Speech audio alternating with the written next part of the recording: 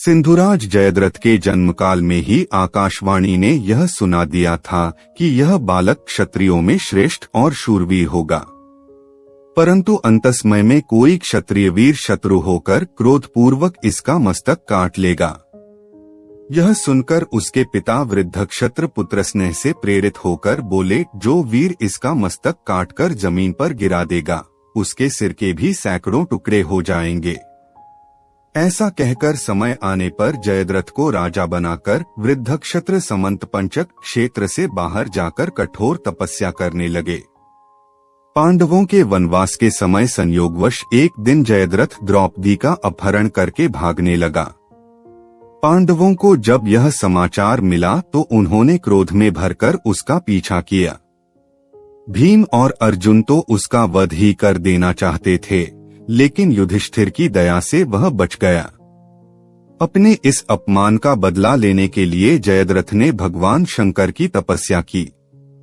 फलस्वरूप भोलेनाथ ने प्रसन्न होकर उसे इतना वर दे दिया कि तुम केवल एक दिन युद्ध में महाबाहु अर्जुन को छोड़कर अन्य 4 पांडवों को आगे बढ़ने से रोक सकते हो। इस वरदान के प्रभाव से जयद्रथ सुभद्रा कुमार अभिमन्यु का वध होने में निमित्त बन गया। बालक अभिमन्यु के वच पर जब जयद्रथ सहित कौरव खुशी मना ही रहे थे कि गुप्तचरों ने सूचना दी, कल सूर्यास्त तक जयद्रथ को मार डालने की प्रतिज्ञा अर्जुन ने कर ली है। बस जयद्रथ को शूरवीरता जाती रही, वह अपने प्राण बचाने का उपाय खोजने लगा। दुर्योधन की प्रार्थना पर द्रोणाचार्य ने एक शकट व्यूह की रचना करके भूरिश्रवा, कर्ण, अश्वत्थामा और कृपाचार्य जैसे महारथियों के साथ 1 लाख घुड़सवार, 60,000 रथी, 14,000 गजारोही और 21,000 पैदल सेना के बीच जयद्रथ को 6 कोस पीछे खड़ा कर दिया। अन्य महारथी युद्धभूमि के मुहाने पर खड़े होकर जयद्रथ की रक्षा करने लगे। दूसरे दिन अर्जुन ने क्रोध में भरकर अपने बाणों से शत्रु सेना के सिर काटना आरंभ कर दिया। जयद्रथ तक पहुंचने की जल्दी थी, इस कारण अत्यंत शीघ्रता से अर्जुन रणभूमि को वीरों के मस्तकों से पाट रहे थे। अर्जुन जयद्रथ के पास सूर्यास्त तक कदापि न पहुंच पावे, इस उद्योग में पूरी कौरव सेना तथा दुर्योधन, द्रोणाचार्य, कृपाचार्य और कर्ण इत्यादि महारथी लगे हुए थे। अश्वविद्या में कुशल भगवान श्री कृष्ण घोड़ों को जयद्रथ के रथ की तरफ हाँक रहे थे।